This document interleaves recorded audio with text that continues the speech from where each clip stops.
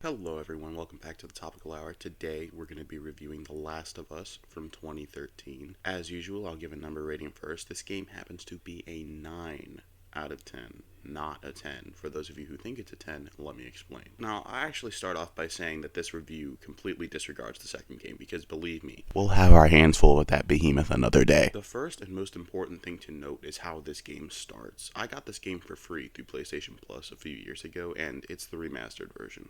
I'll happily admit that I'm an idiot, and I completely thought that Sarah was the girl on the cover. I had no idea that it was a completely different person, or that Joel looked older, or that Sarah's a blonde. But that doesn't matter because Sarah dies immediately and horrifically. This game is known for its introduction, and that's for a few reasons. First is that this game, even though I played the remastered version, looks pretty good for 2013, Xbox 360, and PlayStation 3. It's actually stunning in that comparison. Second, it perfectly captures the essence of the rest of the game. It's gritty, it's brutal, but most importantly, it is sad. This is a genuinely sad game. Sarah dies, Tess dies, Henry kills Sam and then kills himself in shame for it. Practically half of the people in the hospital are killed by Joel. Marlene dies. It's just depressingly realistic. The government probably would kill anyone trying to escape an outbreak zone. If you killed an infected family member and you thought you had no other purpose, then you might consider harming yourself. This game is full of jump scares and zombies, sure, but what makes it so scary is that element of realism. The streets are overrun with plant life. The animals roam quite freely. And I also think that all of the rebellion groups, which we hear there are more in part 2, are also pretty realistic. However, as you could probably tell from my 9 out of 10, this game is not flawless. First off, Naughty Dog it up with all of the XP purchases for after you complete this game, and this is a bit of a part 2 complaint as well. This game did not need a Western color filter. This game did not need sound presets. It can be fun, sure, but it kind of makes it feel like that Uncharted level of campy and cheesy. I'll never feel the full weight of this game with a Western color filter and Naughty Dog outfits. Seriously, who thought that that was a good idea? But it's fine, because they fixed it in part 2 by mainly having the XP points be for character models and concept art instead, which I think was awesome. And that's the last I'll talk about part 2 in this video, for real. But back to the actual story. This game takes place 20 years after Outbreak Day. Or at least Outbreak Day for Joel, because we hear in the first game that it started somewhere else, but whatever. Honestly, I was really apprehensive of this time jump during my first playthrough, but I realize now why it was so perfect. One, it makes sense for gameplay aspects. Joel being older, bloaters, clickers, and the pattern on overgrown buildings are all contributed to the time frame of this game. Two is the story. 20 years after Joel's daughter dies, he meets Ellie, and Ellie never even knew of a time before the infected were running around, which makes her an okay companion in combat and a good placeholder for the player. Think about it. Half of the questions she asks can be attributed to things the player would want to know. Like towards the beginning when she asks about clickers. Maybe it's a little bit clunky, but Joel and Tess give her an explanation that benefits the player just as much as her. I'll take a quick side note to talk about the gameplay. It's good, and it services the story pretty well, but it's not life-changing. And I know that I said I wouldn't talk about Part 2 anymore, but it's pretty hard to talk about this game without mentioning its hated sibling. All I'll say is that Part 2 is what I consider to be literal masterclass gameplay. I'm not going to analyze it until that video comes out, but just know that there are very few games out there that do combat and stealth better than Part 2.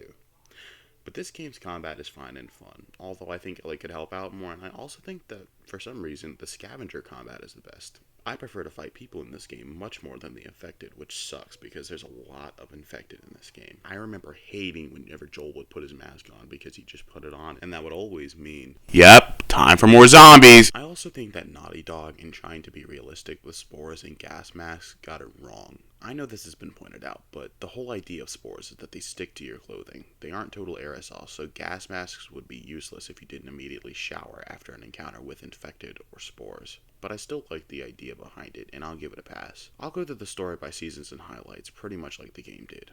In the summer, we follow Joel and Tess, and the game really stresses their relationship as we want something more, but we know it won't really work, and that's okay. I like that it's not only left slightly ambiguous, but it's also definitely that, in a sense. You know what it is just by watching them interact, and you probably felt it, but it's kind of hard to describe.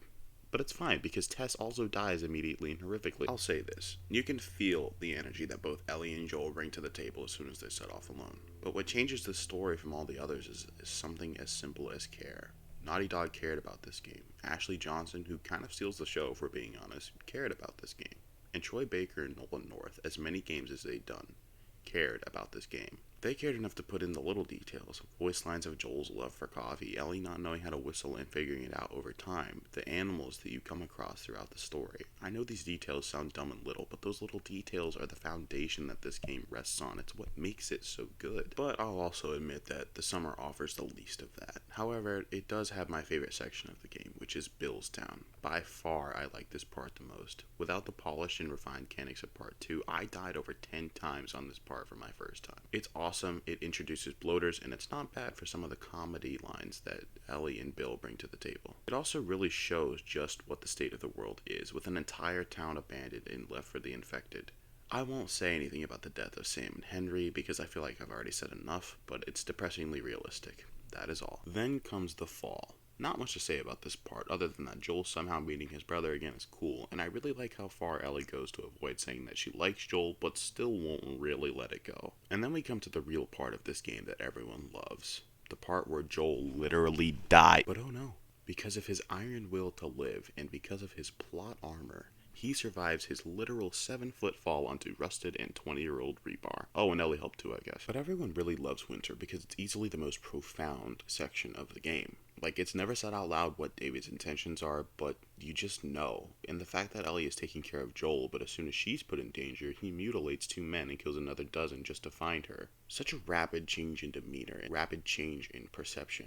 Joel will not be stopped when Ellie is in danger, because of how close they've become and because of how far they've made it, which perfectly encapsulates his character, shocker. And of course there's the David boss fight, which is not only difficult for the first time, but probably the most profound scene in the entire game. Ellie hacks apart her would-be abuser, and Joel is the one to stop her because he needs to get his daughter to safety. You see?